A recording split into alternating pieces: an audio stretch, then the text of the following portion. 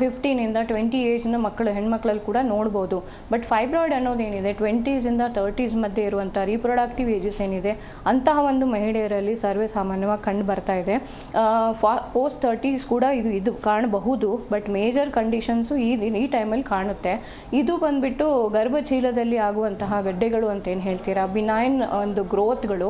So ಇವುಗಳಲ್ಲಿ ಏನಾಗುತ್ತೆ ಅಂತಂದರೆ, ಸಾಮಾನ್ಯ ನಿಮ್ಮ ಫೈಬ್ರಸ್ ಟಿಶ್ಯೂ ಏನಿರುತ್ತೆ ಯೂಟ್ರಸ್ದು, ಅದು ದಪ್ಪ ಆಗಿ ಗಂಟಾಗುವಂಥದ್ದು. ಇದ್ರ ಹಿಂದೆ ಮೇನ್ ಹಾರ್ಮೋನಲ್ಸ್ ಏನು ಓವರ್ ಪ್ರೊಡಕ್ಷನ್ ಆಫ್ ಈಸ್ಟ್ರೋಜನ್ ಅಂತ ಹೇಳ್ತೀವಿ, ಆ ಥರದ ಒಂದು ಪಾಸಿಬಿಲಿಟಿಯಿಂದಾಗಿ ಈ ಸಮಸ್ಯೆ ಕಂಡು ಬರ್ಬೋದು ಅನ್ನುವಂಥದ್ದು ಒಂದು ಥಿಯರಿ ಇದೆ.